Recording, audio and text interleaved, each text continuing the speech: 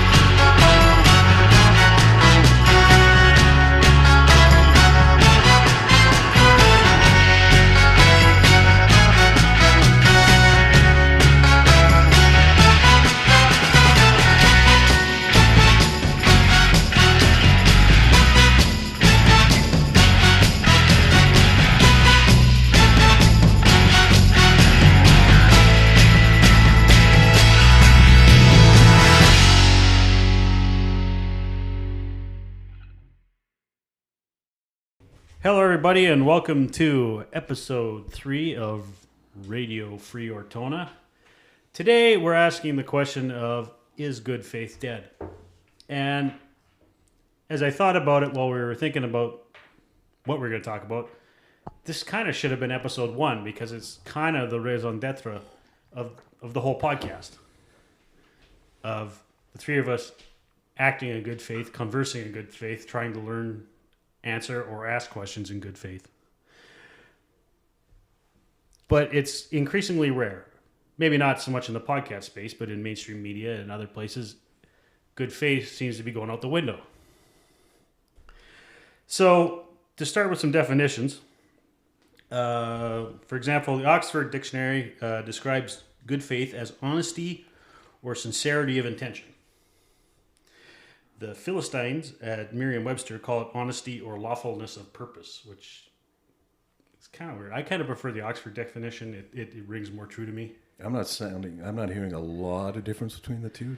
Well, they both call it honesty, and I was worried about it because I went and found a bunch of audio clips which we'll play throughout the episode, and most of my clips, and so I was a little worried about it because most of my clips were kind of politicians being dishonest. Mm-hmm. And I thought, well, I mean, am I mistaking good faith for dishonesty? Because I know, dishonesty is generally in bad faith, but not all bad faith is dishonesty. So, but the fact that both definitions have honesty at the beginning of them makes me feel not so bad about the clips I've pulled. But. Well, I would go even further that what both of them have, which is kind of nebulous, is the concept of intent.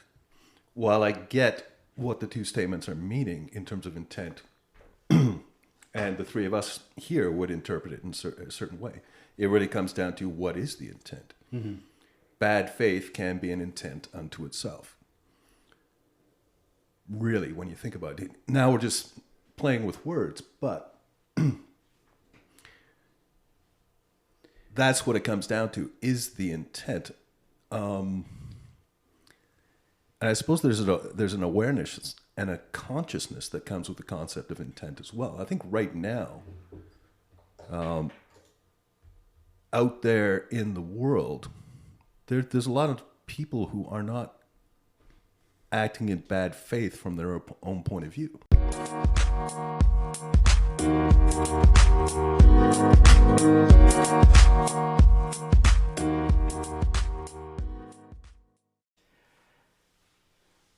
Sorry, we just had to pause there because I screwed some stuff up. But So we're talking about the clips we've got, and we've got some infamous clips. I wanted to, I couldn't really find a good one. I think like one of the greatest half hours of bad faith is the Jordan Peterson Kathy Newman interview. And so I thought about just trying to find the gotcha clip, but I couldn't find a clip of just that hadn't been edited by somebody else. So, unfortunately, we cut off Trent, and then his train of thought left the station. So it's all good. So I just wanted to pipe in 52 seconds of former U.S. President Barack Obama acting in bad faith, rather infamously. If you like your doctor, you can keep your doctor under the reform proposals that we put forward. If you like your private health insurance plan, you can keep it. If you like the plan you have, you can keep it. If you like the doctor you have, you can keep your doctor too. We will keep this promise to the American people. If you like your doctor, you will be able to keep your doctor, period. If you like your health care plan, you will be able to keep your health care plan, period. If you like your doctor, you'll be able to keep your doctor. If you like your health care plan, you'll be able to keep your health care plan. If you've got health insurance, you like your doctor, you like your plan, you can keep your doctor, you can keep your plan. If you like your plan, you can keep your plan. If you like your doctor, you can keep your doctor.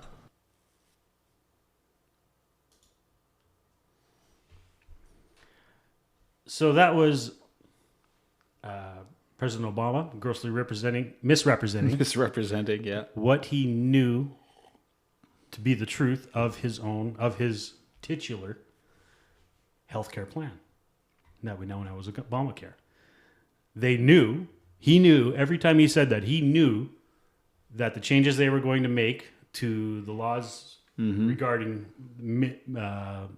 coverage for minimum or government minimums for coverage under the Affordable Care Act would mean that people would have to change plans because none of the existing plans were going to apply, and they knew that a lot of people wouldn't be able to keep their doctors because of the way the billing system was going to work and how much the new plans are going to pay. They said it anyway. But they said it anyway. He knew both of those things to be false. While you were playing that, I was thinking, what's a Canadian example? Oh, I have some. And I'm reminded of, I got a quote here from Jean Chrétien when speaking in regards to the APEC affair, when he said, well, there's proof that, you did this or whatever. And his quote was, a proof is a proof. What kind of proof? It's a proof. A proof is a proof. And when you have a good proof, it's because it's proven. Now, let's talk about good faith in that context. I'd forgotten about that one. I love that. Yeah. The pepper, it's what I put on my plate. Well, I do remember back, and I think it was right around the APEC affair, that was when I first became conscious of politicians responding to public opinion and no longer showing the leadership that I had up to that point expected of them. Weather vane politics. Yeah. Yeah. That's where it began in my mind. Was right then. You got more quotes for us here? Oh, yeah. More clips? Let them rip. So this one is actually our current Prime Minister Trudeau. But this is a fairly recent one, but on an old subject. Let me get my hat. It's a student. He did a speech at a university or a talk, and he did Q&A afterwards. And a student asked him about voting reform. Oh! And the student Isn't this the new one? Yeah, it's pretty new. Okay, This clip is only a couple weeks old. Yeah, this is good. I don't know if we hear the student's question, but he was asking about proportional representation. Yes. Here we go. No. I don't believe in proportional representation. I don't think it's a good idea. I did commit to replacing the first past the post system. I love the idea of a ranked ballot where you get to pick your first choice, pick the red guy first and then the orange girl second and the green person third, and then you never get the blue person if that's the way you choose to vote. So that's going to become, I think, I think that quote is going to have legs as time goes on. I don't know. I don't know if it will. I mean, whenever you bring up Trudeau the younger, I mean, quotes like this are going to be on any subject. They're going to be coming out of the woodwork. Oh yes, but I think this one in particular. If we talk about, I was just talking about how it was with Chrétien and APEC that I first started to see this disingenuity and this predilection for responding to public opinion. Well, it's now reached its apex as far as I'm concerned with Trudeau the younger. It hasn't affected him so far, although we are starting to see rumblings that perhaps his reign is about to come to an end and the party itself is going to unburden themselves of him. I think, not to get too far off our topic, but I think the Liberal Party understands they cannot win another election with Justin Trudeau. That if you have Trudeau at your helm as your leader, it is way too easy for your opposition to frame the election as a referendum on Trudeau himself. And they very nearly did that in 2020. Like they almost achieved that. And it was a close call. So I think the Liberal Party knows that they have to do something. Yeah. They can't go forward with him. But to bring it back to our argument here. Yes. Our discussion. If we'd had proportional representation in the last two elections, who would have been the government? It would have been the Conservative Party. probably They won the popular vote both times. Yeah, I mean, that argument goes back Sure, a long way time. farther. Sure, than long That's time. true. I mean, Absolutely. there's lots of flaws with first Absolutely. past the post. There is lots of flaws. Well, But- I think most of the people who want proportional representation, I don't think they've really thought it through. In that you're looking at perpetual coalition and minority parliaments. Perpetual.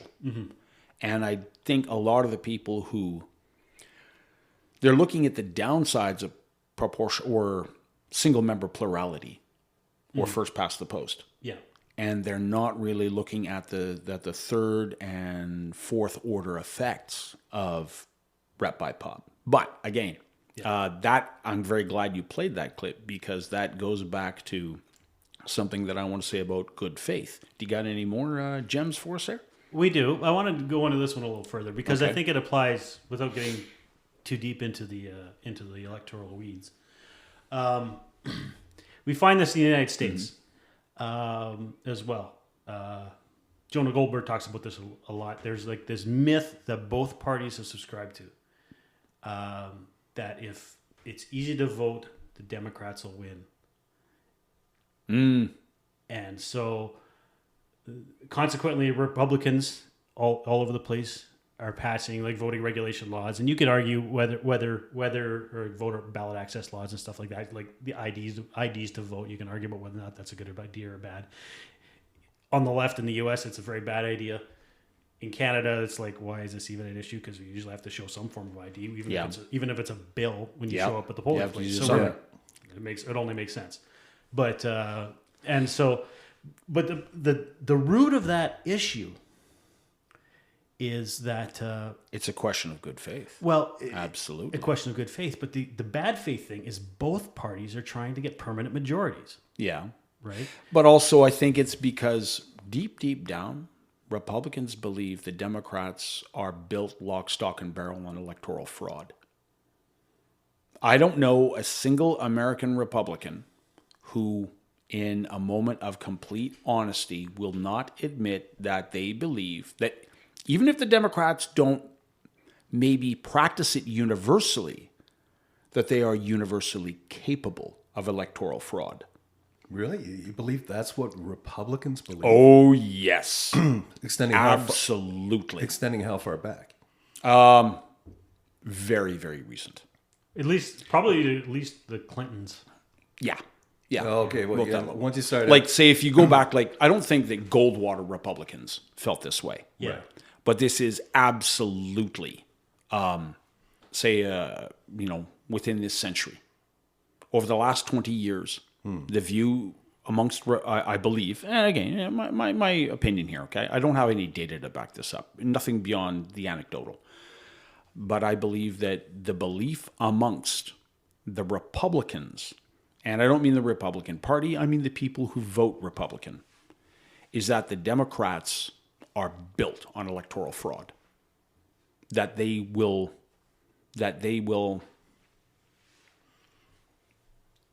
do anything they can to protect electoral fraud as a tool in their toolbox. I have to admit, I'm not sure where you're going with this. Personally, I couldn't care less if that's what the majority of Republicans believe. Well, I think that's why they seek to tighten up voter registration laws, to make it harder. They believe they are making it harder for Democrats to practice electoral fraud. And that's why they pursue this legislation so doggedly. But to me, my perception is that's a bad faith argument, because I don't believe that that's occurring. All the evidence of voter fraud that came out of the 2020 election, and they were looking for Democratic fraud, it was always on the Republican side, and there were very few instances of it. Well, have you seen 2,000 Mules? I haven't either. Neither have I. I've heard it's like I'm not. I want to see it. I want to see what the hubbub is about. Yeah, I'm not. I don't know. Dinesh D'Souza is a pretty controversial guy. He is. Bill Barr himself has dismissed. Yeah, Bill Barr himself in his testimony said it was quote unquote documentary. Sure. Right? He doesn't put any faith in But it. the point is, the seed of doubt has been planted. And, Of course it is, and that is bad faith right there. Well, and that's kind of something I want to get into later on. Well, but even by my own eyes, I mean, come on, you can't make a good faith argument, for example, that there were not anomalies in that election. No. Very, very prominent anomalies. The arguments I hear are basically like if you look hard enough, you will find individual places or bits of voter fraud, individual acts. One guy, maybe a hyper-partisan, couple of dead guys voted, or hyper-partisan poll worker, or a couple of guys voted 3-4 times. Yeah, that yes, some ballots were harvested. Were they enough to affect the election? Yeah, were they enough to put Biden over the edge? Again, there was nothing that I've heard of that was enough to affect any aspect of any of the nothing that could be individual elections. And again, all the examples came from the Republican side. Yeah. Well, okay, consider the bellwether counties. There are a group of about 90 U.S. counties that, by some strange quirk, always pick the winner of the election. That's why they're called the bellwether counties. That the way these counties vote is almost always whoever wins the election. Biden is the first president in U.S. history not to win even half of the bellwether counties. That Trump had more black and Hispanic voters than any other Republican candidate in the last, since the New Deal. And in every other election, that's enough to put you over the edge. Joe Biden had more votes than Barack Obama. Think about that. Really? That's kind of counterintuitive. I mean, Barack Obama was an incredibly dynamic and inspiring politician. Joe Biden, he's vanilla. Like, there were a lot of things where you... immediately after the election, there was I forget the name of it, but it's a term used by fraud investigators when they're coming across fraudulent numbers. That when you truly have random numbers, you have an overrepresentation of the digits 1, 2, and 3, and that Biden's vote totals did not have these. And so then people say, I guess it's Morton's Law or something like this. Like, there's a lot of circumstantial evidence that by itself doesn't mean anything. But it was enough to, and the nature of it, that when the polls closed, Trump has a comfortable lead. The polls closed. We open again in the morning, and all of a sudden, Biden won. The optics were not good. They weren't good. And it was that by itself was enough to make enough people.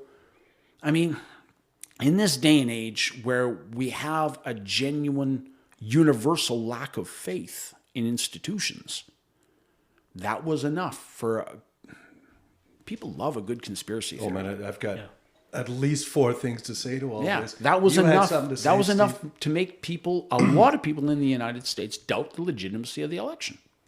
Yeah, the 2020 U.S. election is such an outlier. Like it is, to my mind, it is everybody complains about like a disengaged or apathetic electorate, right? Yeah. They just don't care. 2020 election was an engaged Oh electorate, yeah, right? Like everybody electoral was turn. engaged. Yeah, And Yeah. the thing is that Donald Trump got more votes than any other presidential candidate in history, Yeah. except for Joe Biden in the same Again, election. still like that's weird.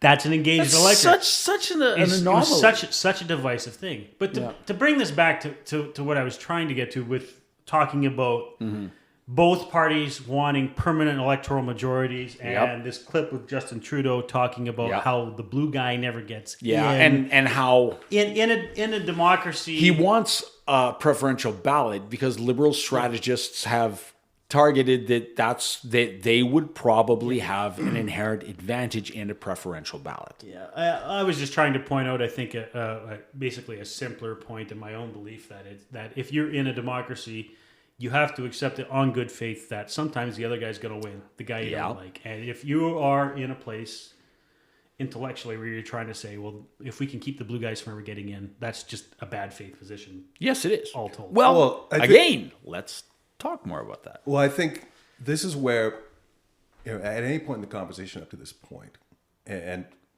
including now, this is where we can easily take a step back, right? We don't need examples of bad faith. We live in a culture of bad faith. It's there, and we've just hit on it, right? But our culture doesn't function if there's no good faith, Exactly. right? You're absolutely right, and I agree with you. Like we have the socially- harbinger of the authoritarian state, especially the communist states, is bad faith everywhere. It's universal bad faith. right? Listen, and it doesn't have to be the communists. Oh my God, with the red bashing. Well, It's- no, it's it's just so- it's that's the the same- most That's the most common Yeah. authoritarianism that we have to deal It's with. the easiest example because it's right there. I mean, I'm sure the Pinochet regime had the same thing in common. who? Pinochet. Oh, Oh, Pinochet. Pinochet, Sorry. absolutely. The right does it. You look at Yeah. Yeah. And, look and at- yeah, and I'm sure the Nazis were bad for it too. yes. But so we're talking about authoritarianism, but we have more examples of communism Yes. than we do of right wing. Oh my God, here we If go. if you're going to try and defend communism, Trent, I wish you well. I wish you well because that is Okay. a cross I would not choose to bear. All right. Well, if we could have that conversation in good faith, maybe. But Well, this is what I want to ask, and I've been Okay. hitting at that, boys. When we say good faith, I think we got to, while they're talking about, there's 2 ways to look at this. Good faith, and going back to your attempt to reach to Oxford and Merriam-Webster, we're talking about, in terms of your accuracy of your argument, it's the opposite of a deliberate intent to deceive. When I make a good faith argument, I am deliberately restricting myself to facts, or at least things that I can genuinely say are true. But then good faith also exists in terms of assuming benign intention with the other party. I think, okay, that last statement is very, very important, and that is exactly what is missing these days, right? Yes. Because everyone's coming into it. It's the concept of truth these days, right? Everybody appears to believe that what they have in their heads is truth, and there is no sidestepping that truth. I have the way. And this is my argument, that this is a social construct. This is a societal construct. This is no longer political. And this goes back to the fact that for a generation, and I know we've had some of these discussions in the past couple of episodes, We talk about a generation that on the one hand has been raised that they can do no wrong, that you get praise for just being alive. You cannot be disciplined for anything. Mm-hmm. At the same time, technologically, we have a society that is so spoiled. It doesn't even know what the concept of just minor inconvenience is, let alone hardship, right? So you take that, you empower them with social media. They've got this sense of themselves and what they think is so important, they can put it out there. And it's all that matters to them. And they will not tolerate anything more than that. Now you add woke to that, right? You add the concept, and this is the most horrific thing that has been stated in the last 5 years. I think it's 5 years, certainly in the last decade, was the whole concept of the only thing that I can't tolerate is intolerance. Mm-hmm.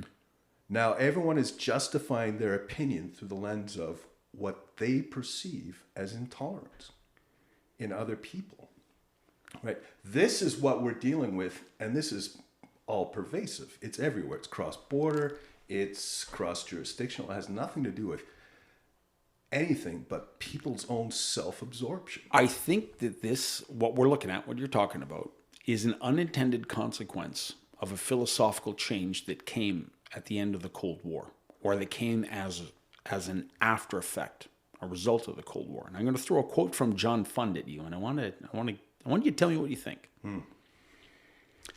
Conservatives think liberals have bad ideas, and liberals think conservatives are bad people. I'd say that's very broadly an accurate statement. Why?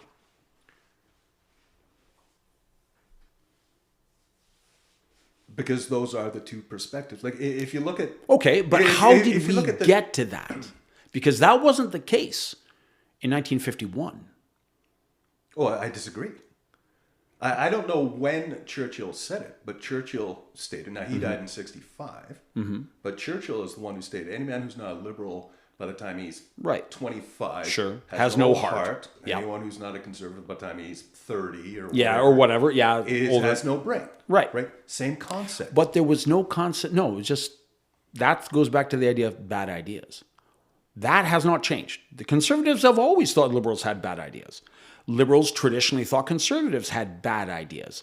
Something changed after 1989.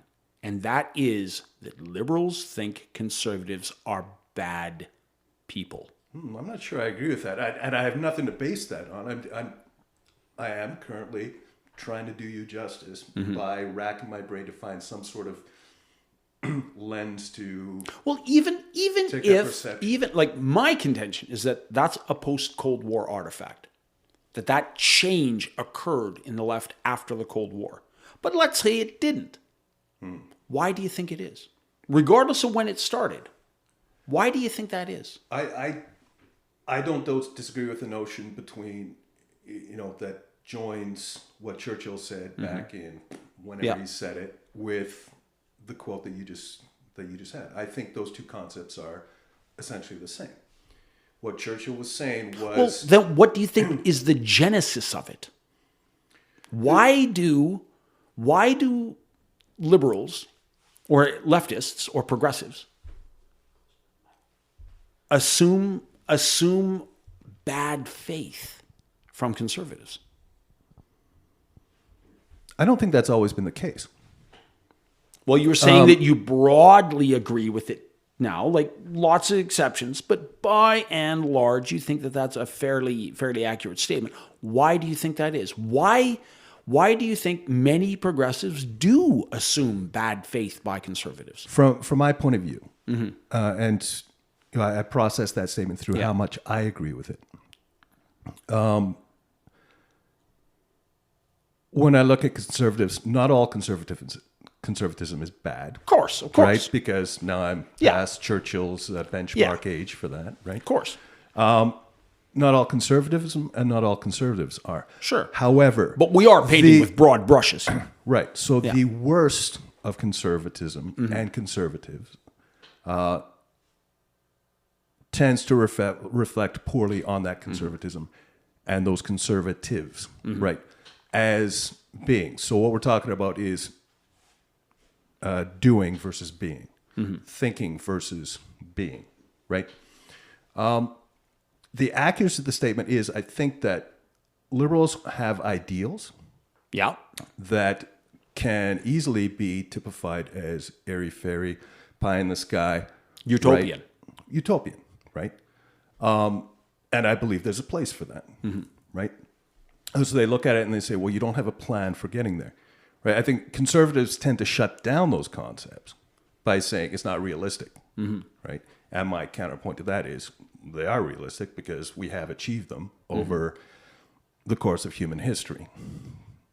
You know, there is no longer slavery. Sure. There is no, you know, all sorts of things. Universal health care in a Okay. lot of Okay, go on. in a lot of places.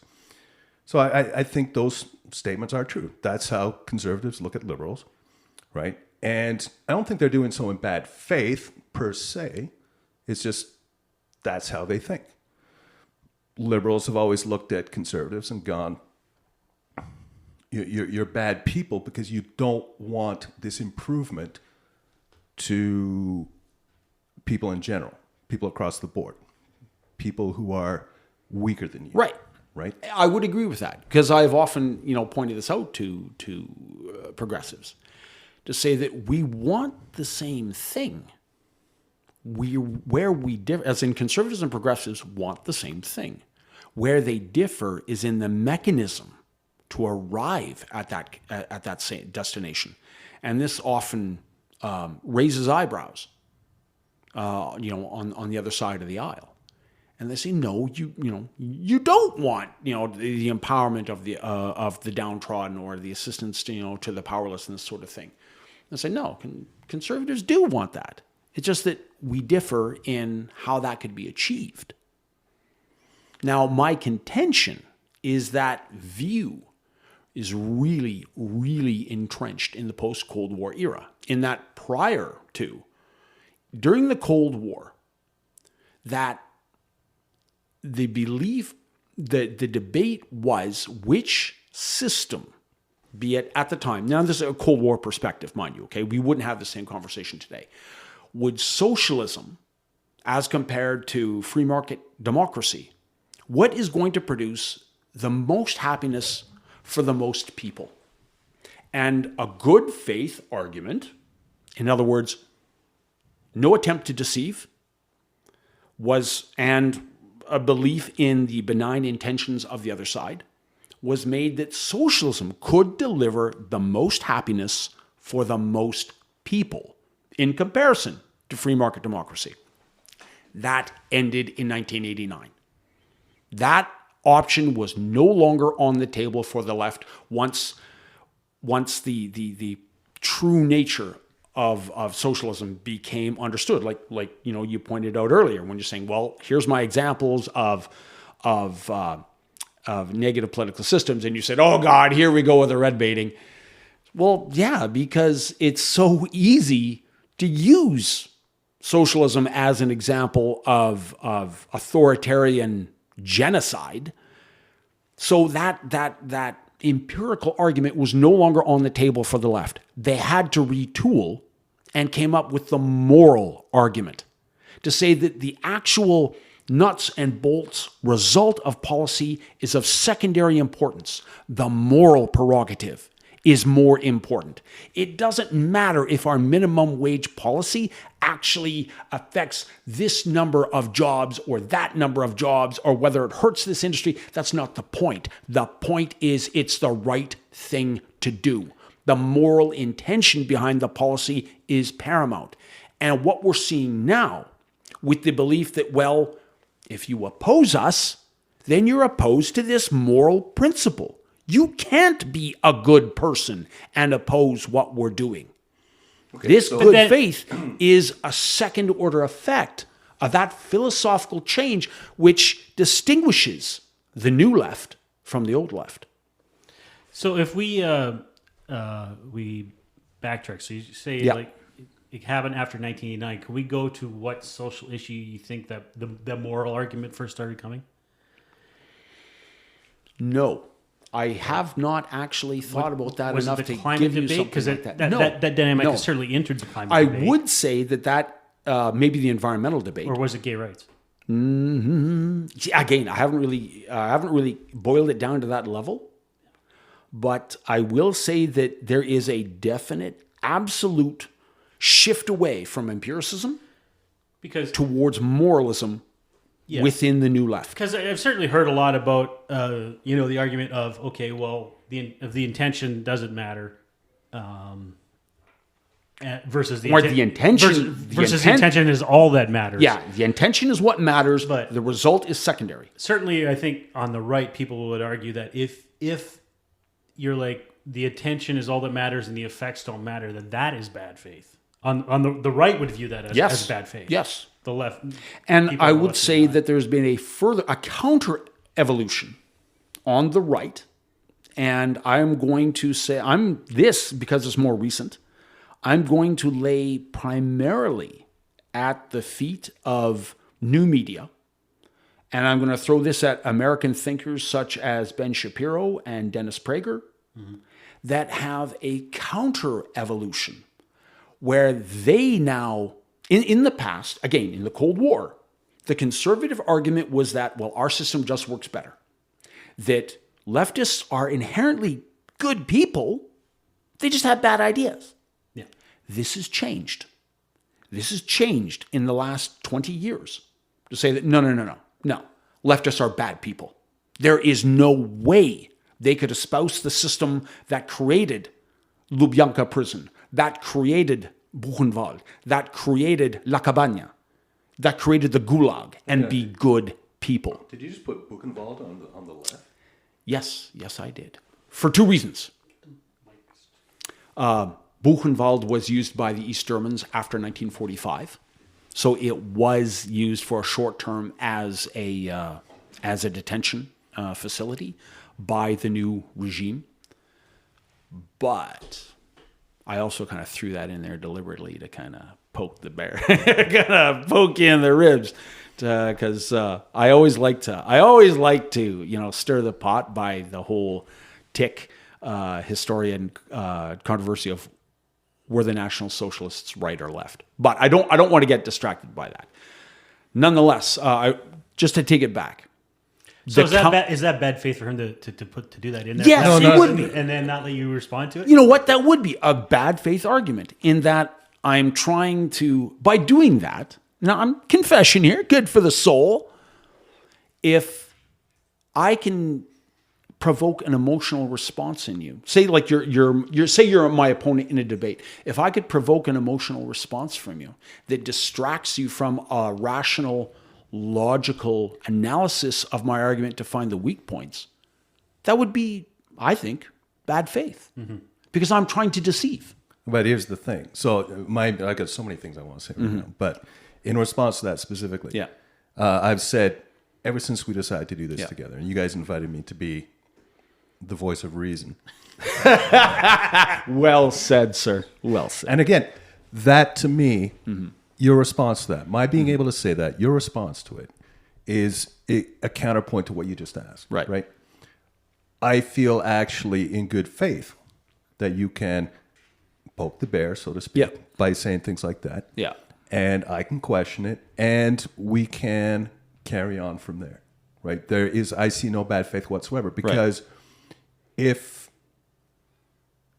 we have these little bits of fun along the way. Yeah. We need to be able to tease each other. I think it's a natural part of our process. Sure, it We've is. always It done is, so. definitely. So I there's no bad faith involved. Right. None whatsoever. I don't take it as such. I was asking the question genuinely because I was like, well, what are you doing? Yeah, what exactly. are you doing What do you from mean Buchenwald? What Yeah, are you putting yeah, Buchenwald yeah. in there for? Because So speaking of poking the bear, I've got so many things I want to go back to on this, and I want to be careful not to go down too many rabbit holes together on this, right? Yeah. Again, as far as I'm concerned, we never go down rabbit holes. What are you talking about? this whole concept of bad faith is a broad one. It's a generic one. is. You know, we can choose all the examples we want. But it's there. It's a social construct as far as I'm concerned. It's on both sides of the aisle, and nobody's acting in good faith anymore. Well, it's also two different things. Hold that thought. I want to go back to what you said about '89, and I think you're right to a certain extent that communism as a movement became indefensible. Yeah. Because it had failed. Yeah, Right. it became permanently discredited. So the left, all of a sudden, all versions of center through center right to right became justified. Everything left Very triumphalist. came under fire. Right. Yeah. Now we have, and we will continue to have, differences over what the concept of socialism means. Which between the three of us, definitely, right? Not just the three of us, societally. But I will say this, that I think there is an ability to put '89 in a different context, or certainly '91 in a different context, right? Because Russia, Soviet Union and Russia remains the example of how democracy and capitalism have both failed to make a substantial appearance within those borders. Appearance or Twice. improvement? Appearance, Okay. right? So you went from the imperial authoritarian Tsarist system, Yep. which, for what I consider to be unsurprising reasons, went through a revolution. Yep. And then that system finally came down, doing the math, 70-ish, yeah. 4 years Yeah. later, right? To be replaced by political cronyism, oligarchism. And especially where it's gotten to now, it's not democratic. No. And insofar as quote unquote free market conservatism, I don't think capitalism, you can't argue for that There's either. you couldn't argue that Russia's a capitalist It's state. it's a gangster oligarchy. It absolutely is. The reason that happened, the reasons that happened, I would recommend to everybody a guy named Daryl Cooper. Though I don't know that where he talks about it is really accessible, other than if you subscribe to a Substack. But he's talking about at the end of the Cold War, the high-end policy establishment of the United States, and through their control in the IMF and the World Economic Forum and all this, they got together and they tried and they shocked Poland's economy. Yes, And Maciejewski's shock therapy. Yeah, they shocked it, but they brought it into a Western capitalist economy. And it was a roadmap. The way it worked, largely successful. Even in the short term, they were able to determine that it was fairly largely successful. And it was going to be the roadmap for Russia. So they hired the same guy, whose name escapes me at the same time, but he was someone fairly well known in senior American policy circles. The Russians hired him out of Poland. He went straight to Russia. They set up the legislative framework. They started everything. And then he went back to D.C. and said, hey, we're ready. We can do the same thing to Russia we did with Poland. And he hit deaf ears. People wouldn't take his phone calls. People wouldn't take meetings. It was bad faith in the American foreign policy establishment because they wanted to see Russia suffer.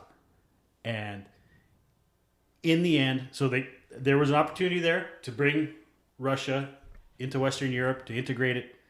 And because of the bad faith of the American foreign policy establishment, they didn't do it. And so then Russia ended up, Russia went through such the life expectancy in Russia in the aftermath of this, when their economy absolutely tanked. The life expectancy went down 20 years based solely on deaths of despair from military-age males. Yeah. The life expectancy of females didn't really change, yeah. But I've read that. So to lose 20 years of average life expectancy based on 40 one years. demographic group. Yeah. And it happened very quickly. Yeah. And so it decimated essentially the military-age male population of Russia. Yeah. Yeah, young men in particular suffered. And that was bad faith on the part of the American foreign policy Okay, great. establishment. Okay, so I can understand how there would be a role for the U.S. and the rest of the world, the rest of the industrialized world, the rest of the Western world, the rest of the democratic world to step in here. But if we are arguing that the systems of the left, the fall of the Iron Curtain, the fall of the Warsaw Pact nations, the fall of Russia itself, the fall of communism is an indictment of the left. The failure of simple words like capitalism and democracy in Russia should, in their own way, not have any relevance to whatever the U.S. decided to do or not do at that time. As concepts, they either work in Russia or they don't. Well, So if the left failed, okay, that's one debate that's over here. And then certainly certain aspects of communism in the Soviet Union obviously failed, because otherwise there'd still be a Soviet Union and there'd still be a Warsaw Pact. At the same time, I would just argue that on its own, inherently, capitalism did not succeed in Russia from the ashes. Yeah. Democracy did not succeed in Russia from the ashes. well, I think there's a pretty big difference between the rest of Eastern Europe, like Poland, Slovakia, Czechia, Romania. These places did not adopt socialism for a good 25 years after Russia did. And that Russia adopted socialism in 1917. These other nations had it imposed upon them in 1945. They still had living memory of free markets. And at least an idea. They could go to their grandparents and at least get an idea of how that society functions. Yeah. Russia didn't have that. That's my Yeah, that's they my didn't have argument. that. Same thing with I agree. democracy. And something that I think we in the West have had democracy and free markets for so long that, going with the whole Francis Fukuyama end of history idea, we just thought that they were some kind of inherent natural state of humanity. They'll just naturally happen. Well, no, they don't. And we've learned the hard way. The opposite. I think through- Russia Exactly. is kind of the The natural default. state, is the evolution. Like of the we have natural learned through American foreign policy disasters in the Middle East, Yeah. that democracy and capitalism are not inherent human traits. state. Yeah. The desire for freedom may be, The desire for freedom, but the ability the- to institute it. the But institution of it. how to structure it societally? Yeah, It that's- becomes the question. Absolutely. That's We've a seen that in learned behavior. Afghanistan, we've seen that in Iraq, we've seen tyranny, that in Syria. authoritarianism, dictatorship. These things are the default of humanity. Yeah.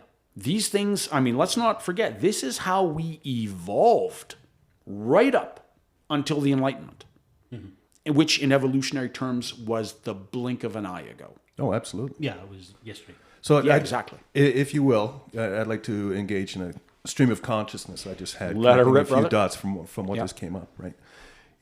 So if we're using that as the example, Russia, the Soviet Union, to Russia. Yeah, again, to Russia today. Right? And we're seeing that the concepts, let's call them the ideals of capitalism and democracy, have failed to take hold there. Yeah. And we're acknowledging that those things sometimes do not take hold. So there's part of me that's saying, and this is going to lead somewhere, so please let me carry on after I state this. Yeah. Communism, like I said, was one possible response to the Tsarist regime, right? And we've seen that over time, before and after. Actually, I think, if I'm not mistaken, the first communist revolution was actually technically in Chile in 1917, around the time the Mensheviks took power in Russia. But you see these everywhere, right? So my arguments can be, and this is where we get into the ideal, the intent, and the result, right? And this leads to the conversation about bad faith, right? If someone's arguing intent only, as far as I'm concerned, they're wrong. If someone's talking results only, they're also speaking incorrectly. What we need And what we do not have is good faith discussions about intent. We need to be able to debate the intent, debate the results, and try to marry them up in a way that works for everyone. Like to right? view both in the scope of the discussion. It's coordination, it's cooperation, it's collaboration. It's like, okay, this is what I envision. And the response is not meant to be, you're stupid, and I'm not going to entertain that, right? This has now become the failure of democracy. We've got these polarized endpoints with moderates in the middle with no voice, and no one's willing to discuss anything. That's the big problem I have. I'm ready to go live anywhere else but here. I'm done with it. It's just. Well, what if what we're talking about is really important? Well, to us, obviously, it is. Okay, but you're saying, look, we need to reframe our discussion so that we have an eye on both intent and result. Yeah. Okay, well, what if something is so important that if we lose this fight, or if my side loses this fight, like I'm going to go into this political debate, you're my coach. I say to you, okay, Tent, this is so important that if I lose this fight, no other fight matters. Well, we're already there. Okay. We're already there. Okay, so depending on how you look at it, right? Okay. But this is why I'm saying Okay. that we can't even have these discussions, right? We look at, again, as a moderate, I look at, and I do not want to go down the climate change road at this point, Okay. right? But as far as I'm concerned, from what I observe of living in Edmonton, between when I moved here in '79 to now, there is such a thing as climate change. Drastic. okay. Right? Things have changed very noticeably and significantly since I moved here. Okay. Right? To me, that is a reality. The debate is smothered by both ends because on the one hand, you've got the environmental movement that has picked up such momentum that it can squash any debate. And at the other end, you've got people who just don't want to have to act within the context of climate change action. So they're plugging their ears, they're screaming and yelling and saying, this is stupid, there's nothing true about this, right? When, as far as I'm concerned, there's a debate that needs to be had. We need to find out what the middle ground is, right? Because, this is getting back to your point, what if there's something that's so important that it needs addressing, right? That is so important. In the meantime, we're not doing it. We cannot people not are address it. people are slowing it down. Okay. Right. So let me add to that. Again, you're my coach. So we've established that this is an essential thing for me. My back is against the wall here. Now, if my position is not just my preference, it is not just incrementally better than the alternative. It's the epitome of righteousness. It is the city on the hill. My end state is so perfect, so utopian, that it literally justifies any and all means necessary to achieve it. So that's my setting. Any defeat for me is a total defeat. Not an incremental one, a total one. Okay. Secondly, my cause is so high, so just, so perfect that I feel it justifies any effort, any act, and any expense to realize it. Now I'm going to give you a third factor. Add to that the painful knowledge gained through hard experience that I cannot win with a good faith argument. Or at the very least, I have a very good chance of losing with a good faith argument. Justify to me. Oh, actually, you know what just immediately popped into my head was some thoughts I was having when the Obama clip was playing. Like, if the stakes are not merely high, they are total. The value of my end state is so great that it makes simple transitory concerns of good faith, bad faith irrelevant in comparison. And it's kind of like, I'm saying, look, Trent, we're going to the promised land. Yeah. And you're haggling with your insistence on good faith. You're haggling with me over the number of the seat on the bus ticket. Yeah. And I'm telling you that, look, we're in danger of missing the trip altogether. Yeah. So, the floor No, is yours. and like I said, what just popped into my head was exactly the thoughts Right. I was having when Obama. That clip cause was talking. of single-payer healthcare in the United States was worth, it justified Yeah. a bad faith argument. This is the only way I'm going to get this across is by saying these things over and over again in poor faith. Right. Right. And this is, again, I think where we hit the intent and result concepts. Where right? intent has trumped result. What or is, the very least, oh no, method. what is the result? Right? okay. If someone, No, I'm on your page. if someone has manipulated the concept of good faith and ended up with a result that is beneficial, this is where we hit one of our nebulous concepts. Is that justified the means? Right. And again,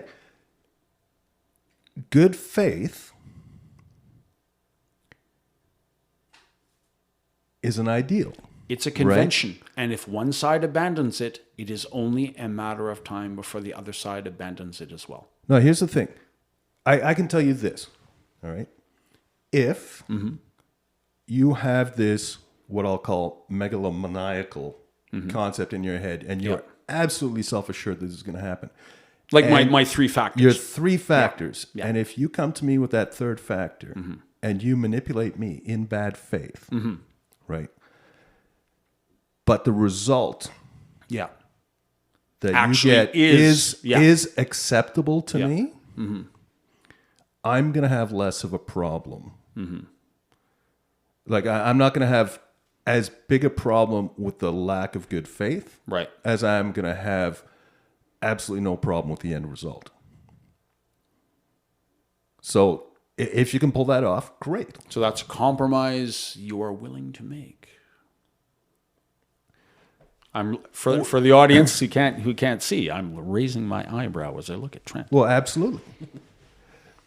You actually dumbfounded me, and I can't remember if this was. My mom says that a lot. I can't remember if this was actually during one of the two podcasts we've done prior to this, or whether it was in that one session where we didn't record a podcast, but we just sat here and threw stuff against the wall. Because it has always been a very important philosophical discussion for me. Law versus intent, right? Very, very, very important. From a safety point of view, like as an NCSO, very critical. What is the law? What is the intent of the law? Right? Because those things aren't always when you're acting on these. Right. I think the word I used was compliance. Right. Compliance versus intent. No, what you ended up with, and this isn't just from a safety point of view. This is from the whole concept of law versus intent. You threw in the concept of result, and I was gobsmacked. I was blown away because I've been dealing with this concept all my professional life. Yeah. And not once has anyone inserted the third factor of result, right? Because the result is, again, essentially the end justifying the means, right? You measure the law, you measure the intent, both, not just against each other, but against the end result. Have you achieved the result that the intent and the law have been meant to do? Because if you haven't... So when you say the law, do you mean like the letter of the law versus the spirit of the law? Exactly. Okay. That's it. Letter of the law is law. Yeah. Spirit of the law is the intent. Gotcha. Right? But what is the actual result? What is the result? Yeah. Right? The second and third order effect. So that's the most important thing to me. And again, when we're talking, and when I say that we're lacking good faith, is you've been talking about these ideals. Let's say we've got the ideals of the left. That's intent. Right? We've got the common sense of the right. That's the law. Or we do it the other way around. Yeah. Law versus intent. Right? One is the law, one is the intent. And right now I can't sort them out. At the end of the day, you're saying that empiricism matters, that the result matters. The result is everything. I don't know how you can say that as a progressive. Like He's not a progressive. I don't I am think a I progressive. He's a should be moderate defending the left here. God I am damn a it. progressive. But I have to. But you've been trying to lump progressivism in with wokeness. Wokeness Yeah. is the new Yeah. progressivism, but is not. Okay, but still, if we're going to protect the ideals of the left, we have to keep them as ideals. We can't, again, I don't know why I'm working your side of the street here, but should we not? It is the epitome of avoid- good faith for you to steel man his argument. There you go. Yes. Okay. So I'm gonna secure steel yourself man in your moral argument virtue. here. Allow me to mount my red rose in the lapel here. We have to steer. We, as in now I'm on your team here. We have to be very, very careful with empiricism. We have to be very, very careful about intent. We can't let, what is the phrase? The perfect be the enemy of the good? Exactly. We can't Don't let the allow... perfect be the enemy of the good, but yeah. Yeah. Yeah. Or no. Sorry, let me rephrase that. I can't let the good be the perfect of the enemy. If I get too Or hung, something like that. That's a word. what the heck did I say? And don't you forget it. Yeah, You had we a stroke? can't let the good be the enemy of perfection. In that, if we get too hung up in the results of our policies, like eyes on the prize here. Let's look at the long term. We are looking for utopia. We are looking for the city on the hill. This is a long range project. This is a marathon. It's not a sprint. Yeah. If we get too hung up in the negative externalities, the damage that our policies do in the immediate time frame, let that go. No. Keep an eye on the long term. Absolutely not. They're both equally valid. You know what? I've always. I'm going to take away you take off that shirt, sir. I am revoking your card. Again, this is MacPap card. this is a sad day when I have to don the mantle of radical leftism. I'm agreeing with you and disagreeing with you. Ideals are an end game. Mm-hmm. They define what we're aiming for. It's the whole shoot for the stars, Yep. land, Yeah, exactly. land on the Exactly. moon, right?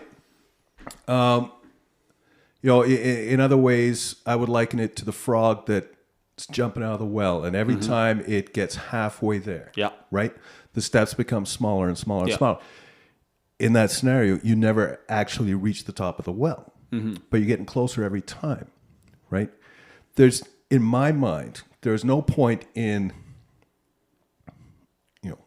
again, ideally, we do not want to be sacrificing the well-being of our current citizens in the achievement of betterness for the future citizens. Now, again, this is a sliding scale.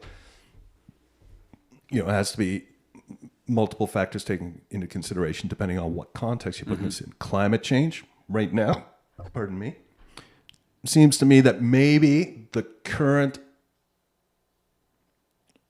planet holders need to suck it up a little bit to preserve something for future stakeholders, right?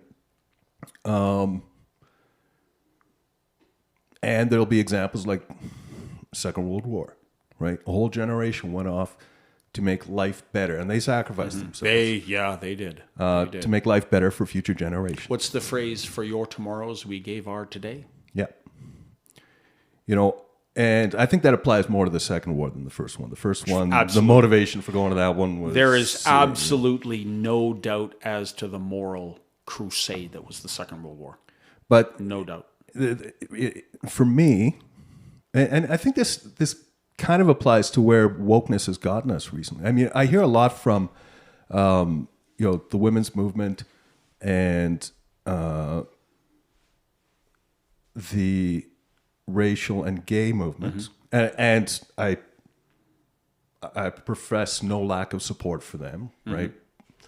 But a lot of it's, white men have had their time, and it's now their time to suffer. And I'm like, Okay, that's not how any of this is supposed to work as far as I'm concerned. And then I get shut down because, well, I'm a white man and that's therefore true. I can't have an opinion on You're, this. Right? you're kind of considered to have conflict of interest there. So, but I think, I was trying to find an analogy, though, that actually fit in here, As a divorced father, I see certain weightings of the family law towards mothers. Right.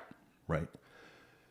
In seeking to redress that system, I would not be seeking to, swing the pendulum the other way, and now the mothers are suffering. Right. The whole point of all these progressive movements, the way it has been throughout history, is to build egalitarianism, equity, equality for all.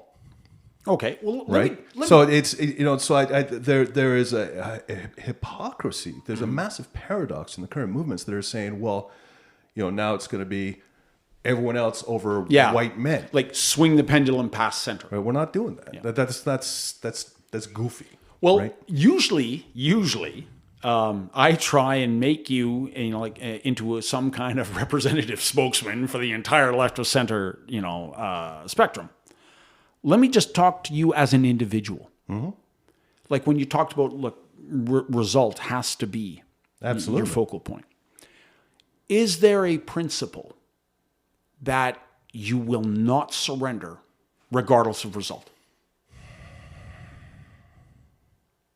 I think generally my response to that is, I like a treasured principle of that you have always held as a core of your beliefs that you would be willing to preserve even if it cost people dearly in the short term?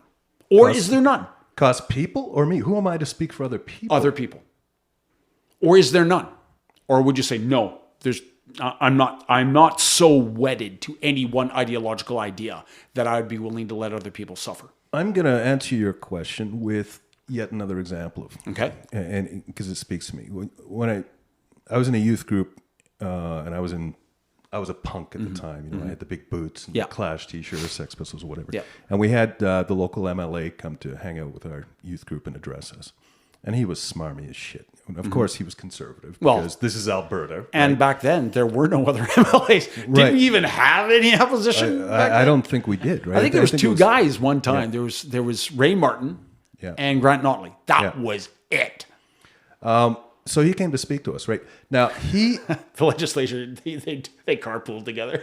he quickly identified me as the problem child in the group, the one he had to win over, right? And he did, right? And he asked me the question, because we got into a small debate about, I think it was probably about Nicaragua and the Sandinistas at the time, right? And the Contras, and what's more important, life or liberty, right? As if that was what's under debate. And so my knee-jerk response was life. Mm-hmm. And, and he was trying to present it as liberty, right? So he made that the debate.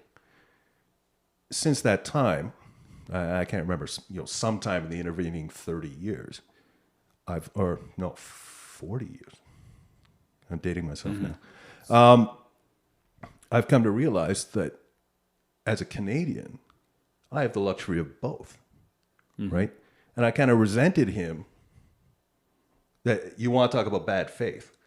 That, I think, is where we're at. When I talk about good faith, we need both sides being able to look each other in the eyes, do this factor that you've been talking about, which is going into good faith means assuming a benign intent on the part of the person you're debating, right? There is none of that going on right now, right? And I use that as my example. I would agree with you. Right? Yeah, so we have lost that. When you say, what am I willing to sacrifice other people for? Yeah. Or I'm not. Okay. I'm not willing to sacrifice them for anything that let me I'm give not you an willing to example. sacrifice myself. Yeah, let me give you an example. And, to use climate change. Mm-hmm. My bottom line is human thriving. Like you said, you know what? We're kind of at the point where the people of today kind of need to suck it up for the sake of the people of tomorrow? Yeah. No, absolutely not. I absolutely cannot sacrifice that. No, I am not willing to doom some guy in Africa to continue a life of poverty so that we can say, well, you know what, this is kind of necessary for, the better of the planet, in the next 30, 40, 50, 60, 70 years. I'll say, no, find some other way. I am not willing to, even if you could say to me, no, man, No, you're absolutely right. we're in big trouble here. I say, no, sorry, find another way. I'm not willing to sacrifice that. So is there something on your side of the aisle that you would hold on to that, and I'm not criticizing at all. No, I get that. I'm kind of saying that my position could, if you had paid me money, we're going to go into the Monk debates. Yeah. And you say, okay, Lance, you're going to argue against that position. Yeah, I think a good debater would take me to the cleaners on that one. Well, I think, just to respond to what you just said there, you're right. There has to be another way. So we need to find that way that as a global society, we are sucking it up so that the guy in Africa is not going to suffer more than I am here, right? Or at least ease his suffering and increasing mine, right? I mean, that's essentially what we're talking about. But it did occur to me that there is something that I have said that I'm willing to put above others as an ideal and inflict on others, right? And I've said it many times before, like CEOs who make yes, yep, right, okay, who are making 8 digits a year, fuck them, right? I don't care, right? Tax the hell out of them because they do not. Nobody needs that much money, right? And yes, I am arrogant enough to say that. Right? What principle, if you had to sum that up as a principle, what would that be? I don't know. To me, it's just common decency. Again, if but if I wanted to put a lot of things are common decency. Redistribution, that's not really a principle. That's a noun. Or, you know what I mean. Well, that's a verb. Sorry, it's not a noun. It's a verb. If I'm you not were even to sum that, I know what you're saying. I'm not even talking. I think if we were to sum that fundamentally, up as a I'm not even principle, talking how would about. we I'm not say even that? talking about the taxation. I'm not talking about the redistribution of it, right? I'm talking about Would really you call who it needs that equity? much. Who needs that much freaking money? Would you right? call it equity? That as a the principle of equity. I mean, that's the word is certainly not inappropriate given its other meanings, Yeah. right? But for me, Could we call it that? and we discussed this too, in the same vein as showing up at the pearly gates, should such a thing exist, and getting through them, Again, which is you are going to lose that shirt if you keep making these theoreticals. I'm speaking hypothetically, right? Because that is actually what's Rachel missing. Notley, if you're listening, don't send the goons to Trent's house. He's just speaking hypothetically only. Fuck, I've lost my train of thought now. You're talking about No, if equity. we talked about this, being able to look at the members of the greatest generation from our regiment, Yeah. right? We would be able to look at them in the eyes as men and say, I honored you by living a good life as a good man. Yeah. Right? Yeah, I was Right, a now- good steward of your legacy. Right. So in a lot of ways, we were looking at that from the point of view of being infantrymen, of being soldiers. Right. I look at it from the point of view of just being a man. Right. I would not be able to do that if I had been making. Now, again, this is hypothetical. figures. If I was making 8 figures a year, and living it up, and just thinking somehow I deserved that much. While other people were starving in the world and not doing something to better the lot of as many people as I could, I would not be able to look those men in the eye. That's the fundamental thing that we're talking about. So yes, if there's a CEO out there who's making 8 figures a year and he's getting taxed the hell out of, hypothetically or realistically, actually, I got no problem with that whatsoever for those reasons, right? He's not a man in my eyes, right? Okay. He's a leech. Yeah, He's a leech. I think I can make a different argument about that, but But still, I didn't ask him to give me an airtight defense of the principle. Yeah. I asked him to name a principle. Yeah. And I think I want to have a go at that a Equity bit, but I don't is- know it's appropriate for talking good faith. Yeah. Other than to say that, I mean, it comes down fundamentally to your belief, and regardless, your beliefs can be held in good faith, whether they are not they contradict with mine. But if your belief is that the government is better at redistributing that wealth than the guy who has it is. Well, again, this is why I gave the example of the three factors. Yeah. And I think that kind of frames the fact that we don't have good faith discussion anymore, in that the political has become also the personal. Oh, absolutely. In that we are in an age where so much is at stake. There's almost nothing now that is not at least debatably subject to political discipline. So our discussion of politics is all encompassing. There is nothing outside the realm of politics, not sport, not recreation, not the environment, nothing. Everything is political. Oh, absolutely. And that's how you just that's Yeah. one of the descriptions of an authoritarian society. Well, in a way, yes. Yeah, but everything is- still, there's no freedom there is from so politics. much at stake. You can't afford, if you really, truly believe in your argument, you can't afford to be hung up on esoteric questions of good faith. My God, you got to win. And I think both sides are now at that point. Oh, we have been for a long time, right? And again, so I would say that's a fairly new thing in the last 20 years that both sides have been at that point. 20 years takes us back to 2002. Yeah, I would say. Well, I'd say it turn predates of the millennium. Predates that a certain time. No, I'm going to ask a stupid And question. I'm going to say that the one side has only been at it 30 years. I'd say this is a recent thing. For the most part, I believe that in terms of politics, there's nothing new under the sun.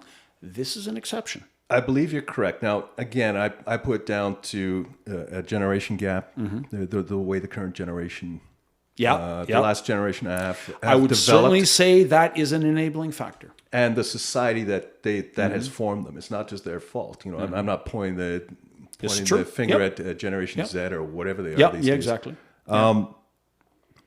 Again, an example, and I heard this. I'm trying to remember when I heard this. Might have been early 2000s. I think it was Grant Notley's funeral. Ray Martin went to it.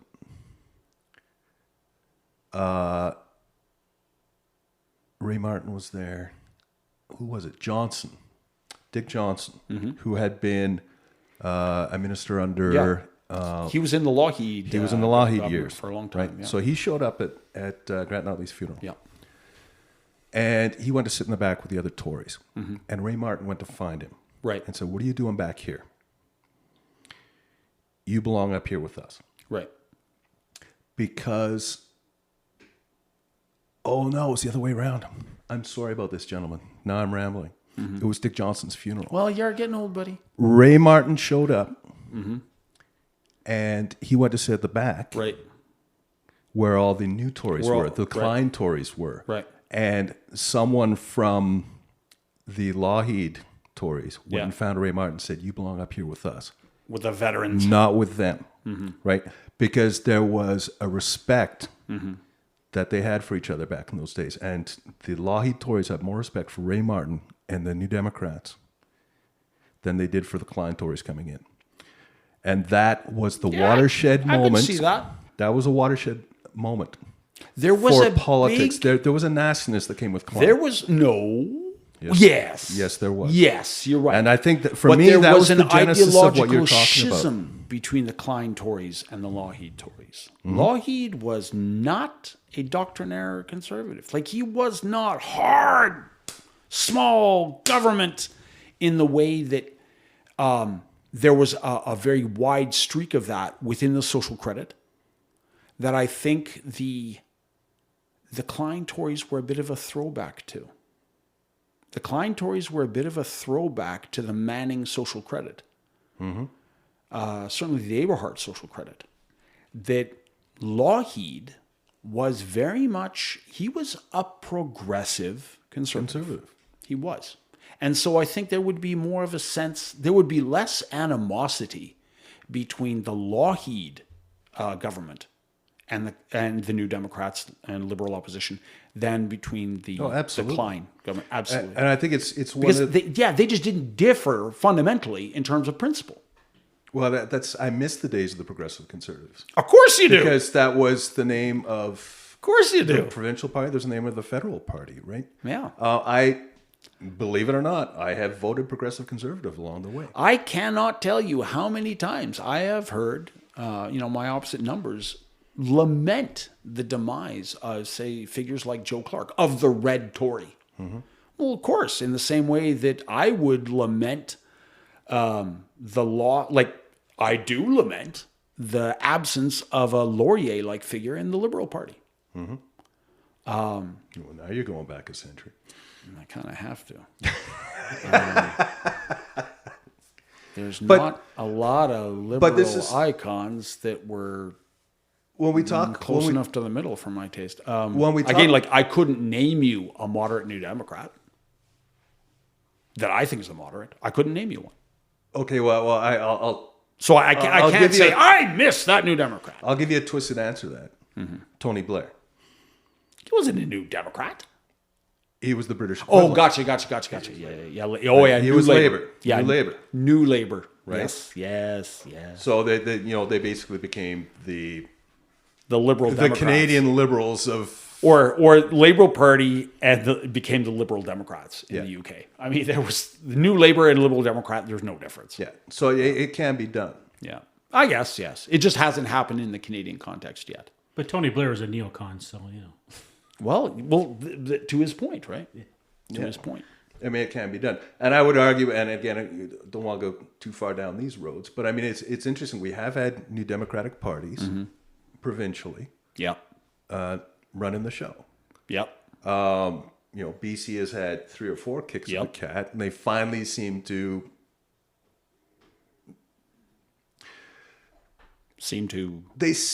be actually performing relatively well, and by that I mean you can start picking them apart on policy, not performance. Right. There've been some disasters elsewhere, but that not necessarily across the board. I would argue that Rachel Notley did a fine job as premier in this province. Certainly not as poorly as everyone portrays her, because I think she's been lambasted by the right simply for being Rachel Notley, simply for being ND. What do you think she did well? We're not getting into that right now. No, let's get into that. No, you brought it up. I would be hard-pressed to name one single thing the Notley government did well. I would be hard-pressed to name a single improvement. I did not come in here prepared to back up that statement. You're right. And you know what? That is unfair because, admittedly, that's a Herculean task. But my point, okay, so now you sound like David Frum. Well, it's easy. It's taking the step. On the Notley government's easy. Taking the step back, I maintain back to the original point that we've been looking at. There has been a confirmed lack of good faith. It is essentially boiled down to the fact that nobody can look across at anyone else in a debate and assume a benign intent on the part of whoever they're having to debate. Yeah, right? That ship has sailed. So that's where we're at. And I mean, you seem to be sort of justifying it, at least in a response to my perception that this started with the Klein years, and you basically said, well, that's because they weren't red Tories. No, they weren't. Right? But that to me doesn't justify the fact that since that time, to me that was the start, Trump became the bookend at the other end. Like it's gotten so ridiculous for the lack of good faith. And I will always put Trudeau the younger as the Trump bookend on the side. Trump left bookend at in the 21st century as well. In current times, like there's no good fit, and that's why I was saying earlier, it doesn't matter what clip of Justin Trudeau you put up. it's all in bad faith. He hasn't answered a single question that I've heard him pose to him in the whole time that he's been prime minister. There's not been a substantial thing that's come out of his mouth, and that's exactly what I see in Trump and like, as well. I would agree with you on that. In that, what is it? Michael Malice says. I think I might be getting him wrong, but he says Trump is not the river; he's the dam, and that what Trump represents, what Trump manifests, was there before Trump. That Trump is not the disease; he's the symptom. Or Trudeau the younger is not the disease; he's the symptom. Oh, absolutely. That these things have been boiling. That this situation did not come up overnight. That this is something that's been building over the last 30 years, and now it is manifested. But the other side of it, beyond the fact that, okay, the bad faith, in other words, that we can no longer assume benign intentions on the other side of the table, that ship has sailed.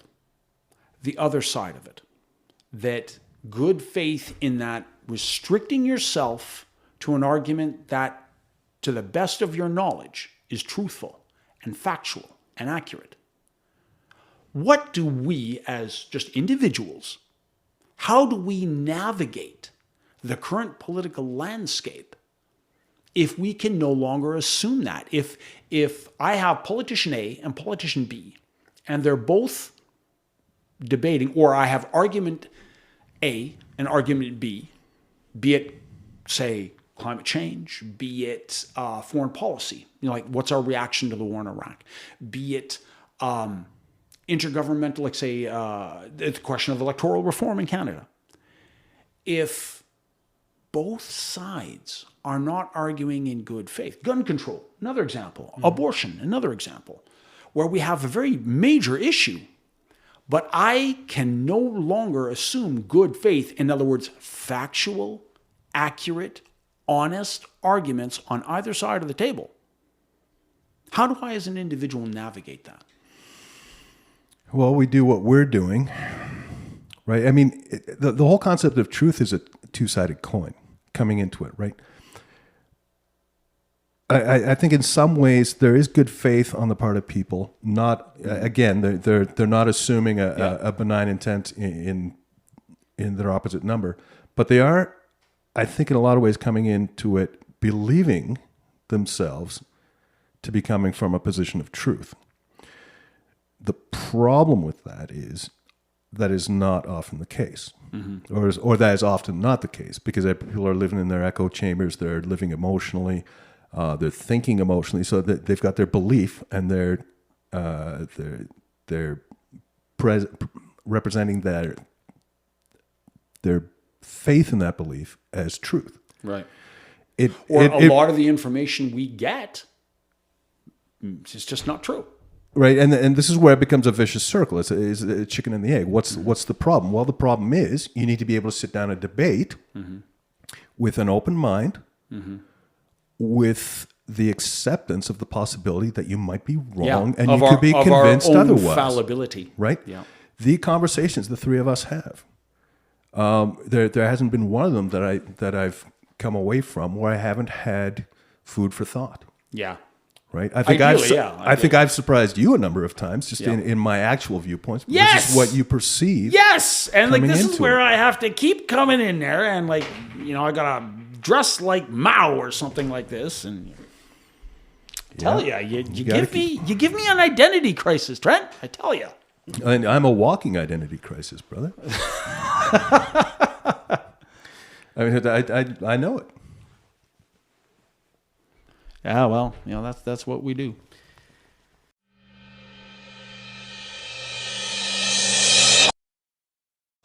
Okay, so just to wrap this sucker up, how do we navigate a world where on any given issue, as individuals, we don't know if either side of the debate is actually being truthful? In other words, arguing in good faith.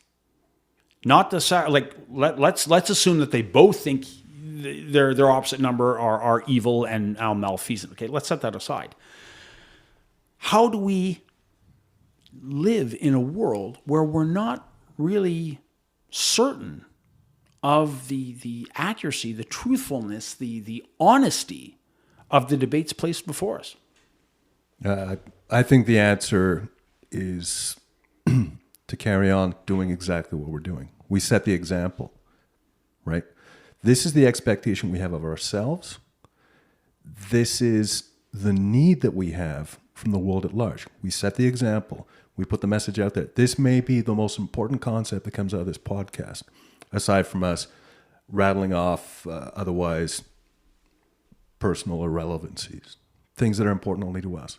This is important to us, and it's the expectation we require being met from society at large. So this is our request to the listeners. We get this message out there. We somehow get this message to the powers that be, to the media, to the politicians.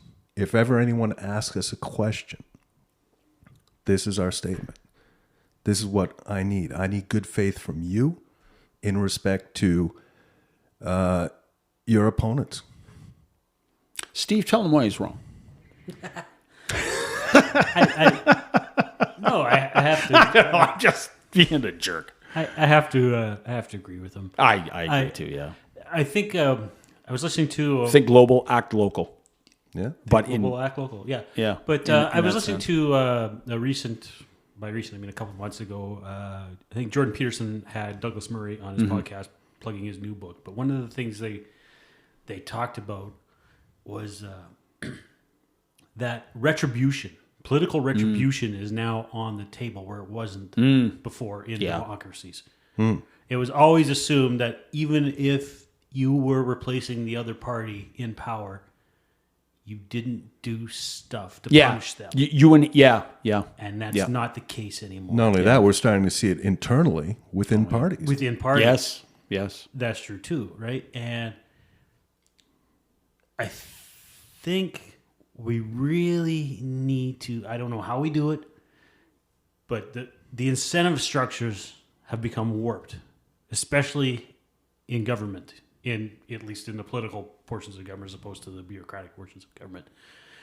The incentive structures, I think, are incentivizing bad faith. Just the way the systems have been warped. The way this, because a lot of these systems... The way people are gaming the system. The way that people are gaming the systems, exactly. Because the system, like the Canadian system, essentially, though it was... the system we have currently was kind of devised by Trudeau the Elder, but it's not fundamentally different from the system we got at Confederation when the British North America Act, right? And those men, and to the same extent the American founders, probably didn't even realize to the degree that they were relying on the good faith of the actors who were perpetuating the system. Any system, once fully understood, can be gamed. Yeah, that's true. Any system. I guess it's just a matter of maybe something to consider. I'm just spitballing here. Maybe you want to change your system from time to time simply to create an unknown, simply to make it harder to game because people are less familiar with it. I don't know. You mean maybe like electing new Democrats into government? No. Like say changing your system. Like say, like not so much who would be in at the top of the system. Yeah. But say, changing the structure. Of the we switched from a Westminster style democracy to a Republican style, where we separate the executive from the legislative. Or say, exactly. And then 40 years from now, we intentionally change it again to something else. Just because we assume that, look, after about 40 years, that's long enough for people to really understand the ins and the outs and the weaknesses of this particular system and ways to exploit it to their personal advantage. So we're going to change it again. What we change it to, we don't know. We'll let the next generation 40 years down the road deal with that. All right. Right? Again, just spitballing. But yeah, I think that's what you're talking about is kind of, where we're at. No matter how a system is devised, there will be weaknesses that can be exploited. Like no matter what software security you have or what network security you have, if someone studies it long enough, they'll find the weakness. The hacker will find a weakness to exploit. No matter what power play you use, sooner or later, some coach is going to find a way to negate that power play and kill off the 2 minutes. It's just the nature of human evolution. So we're just in the, is it a cultural arms race between bad faith and good faith actors? Is it a moral arms race, an intellectual arms race? Is it? It's, I mean, Good question. based on your question just now, I'd say it's an anti-intellectual arms race between bad faith actors at both ends. Yeah. That's what it is. It's maybe it's just that the stakes are now so high that there is no more room for good faith. Are the stakes that high? Yes. I think socially we're falling apart. I don't think they're that high, but the people involved do. Yeah. So much, nothing is outside the purview of politics now. There is so much, like our entire, every aspect of our life is at stake. There's no room for Queensberry rules. Now it's Hudson's Bay rules. I think our society peaked probably with our generation, and it is now dysfunctional and unproductive, and it is not going to get better. That's certainly not without being able to work together to come up with solutions to this problem. But the problems aren't even perceived. The problems are perceived differently at either end of the spectrum. I'd go with you. I was talking to a mutual acquaintance, someone who used to be in the regiment with us, then went on to become a nursing officer before leaving the Canadian Forces, without mentioning his name. Yeah. And we were talking about this the other day. I was over at his place because we were working. I bought a handgun from him, and You're a bad man. Beating the freeze. beating the freeze, baby. Yeah. And so we had to because our prime minister is now the greatest handgun salesman in the history of the world. Kinda, isn't he? Holy cow. Just as an aside, this is kind of a preview of our next episode or foreshadowing of our next episode. The prime minister caused every handgun available for retail sale in the country of Canada to sell triple in value. to sell out in 3 days. Really? The entire inventory of handguns available for retail sale gone in 3 days. Wow. Well, yeah, you can see why. But that's an aside. Like I say, foreshadowing for our next episode. Absolutely, it's going to be a good one. But we were talking about the Canadian Forces, and I kind of expanded to my view of just of how institutions are failing more broadly, and it's like the incentive structures at the top